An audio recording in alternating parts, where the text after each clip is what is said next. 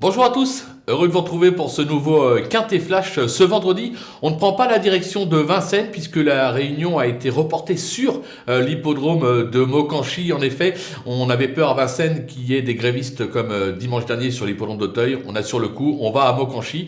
Ce sera l'occasion du prix Huberta. On va évoluer sur 2850 mètres. Il y a un rendement de distance de 25 mètres pour les plus riches du lot. Un lot de qualité, un lot de chevaux qui ont l'habitude de se rencontrer sur l'hippodrome de Vincennes. L'hippodrome de Mokanchy est un très bel hippodrome. Ça ne devrait pas changer grand chose. On a quand même quelques bases en béton, mais par contre, c'est quand même très ouvert derrière.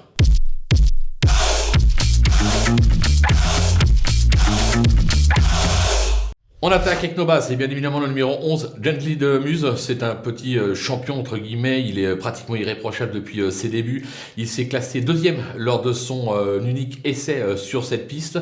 L'entourage est très confiant, je pense tout simplement que c'est le cheval à battre de la course. On va lui opposer le numéro 3, Galileo Bello.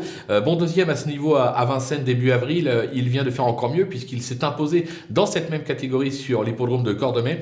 Sur sa lancée, on peut une nouvelle fois lui faire confiance, surtout qu'il est bien engagé en tête. Le numéro 14, 55 Bond. Ce Martens possède beaucoup de tenues et s'adapte à tous les profils de piste. Il est rompu à rendre la distance. Ça sera, voilà, pour lui, ça change pas grand chose. Si le cheval est décidé et s'il est dans sa robe de mariée, comme on dit, il est capable de venir jouer la gagne aussi. Les opposants avec le numéro 16, Diego Ducanter, toutes ses dernières courses sont bonnes. Il a fait ses preuves à ce niveau et sur la distance, même aux 25 mètres, j'ai la sensation qu'il est capable de très bien faire dans cette épreuve. Le numéro 1, Gasman Dessa, il compte maintenant 3 courses dans les jambes et sera pieds nus pour l'occasion.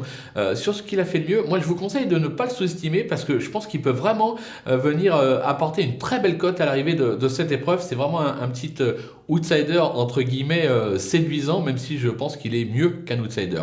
Le numéro 12, Fabulous Dream, plutôt décevant cet hiver. Il vient de refaire surface en s'imposant sur un 2100 mètres à Vincennes sur sa lancée et surtout avec un Mathieu Abrivard qui est vraiment euphorique, inarrêtable ces derniers temps. Difficile de l'écarter, donc je l'ai retenu assez haut dans ma sélection. Le coup de poker, ce sera le numéro 8, Fogo Pico. Alors la régularité n'est pas son fort, il reste aussi parfois délicat. Maintenant, décidé, il est capable de belles choses sur ce type de parcours. L'entourage est assez confiant, j'ai la sensation que voilà, c'est un peu le bruit du moment, raison pour laquelle je l'ai mis en coup de poker. À vous de voir, vous le glissez plus haut, plus bas, mais je pense qu'il faut vraiment le retenir sur un ticket. Les outsiders avec le numéro 7, Endo Dazif. Son récent succès à Pontchâteau atteste un net regain de forme. Eric Raffin lui sera de nouveau associé. Il part en tête, on est obligé d'y croire. Le numéro 6, Gold Mélancourt, qui est plutôt régulier, mais sans être vraiment transcendant. Il est bien engagé en tête, mais pour moi, il est un peu un ton en dessous dans cette catégorie, raison pour laquelle pour moi c'est mieux 4e, 5e, mieux c'est franchement difficile à envisager, mais je le garde quand même. Le numéro 15,